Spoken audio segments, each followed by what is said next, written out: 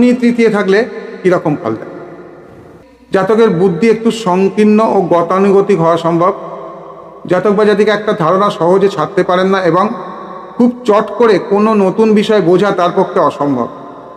তার কথাবার্তা, কাজকর্ম, ভাবভঙ্গি সব ব্যাপারের মধ্যে একটা ধীরতা বা শ্লথ ভাব দেখা যায়। এই জাতকের ভাতাভগ্নী, আত্মীয় স্বজন খুব কম থাকে এবং থাকলেও তাদের সঙ্গে ঠিকঠাক বনে না বা বিচ্ছেদ হয়। এরূপ জাতক বা জাতিকা হিসাবী, সতর্ক ও ভীরু প্রকৃতির লোক হয়। ভ্রমণের ব্যাপারে বা লেখাপড়ার ব্যাপারে এবং আত্মীয় স্বজনের সংস্রবে তার কোনো রকম দুঃখ ও অশান্তি ঘটা অসম্ভব নয়। এরূপ জাতকের মধ্যে একটা বিষাদকীর্ণতা থাকা সম্ভব। আবার বলা হয়েছে, শনি তৃতীয় থাকলে জাত মনুষ্যের পৃষ্ঠজাত ভাতাভগ্নির মৃত্যু হয়, মানে পিঠে যে জন্মেছে, মানে বড় আগে জন্মেছে। জাতক বিক্রমী, বহুজন প্রতিপালক, অর্থবান, রাজ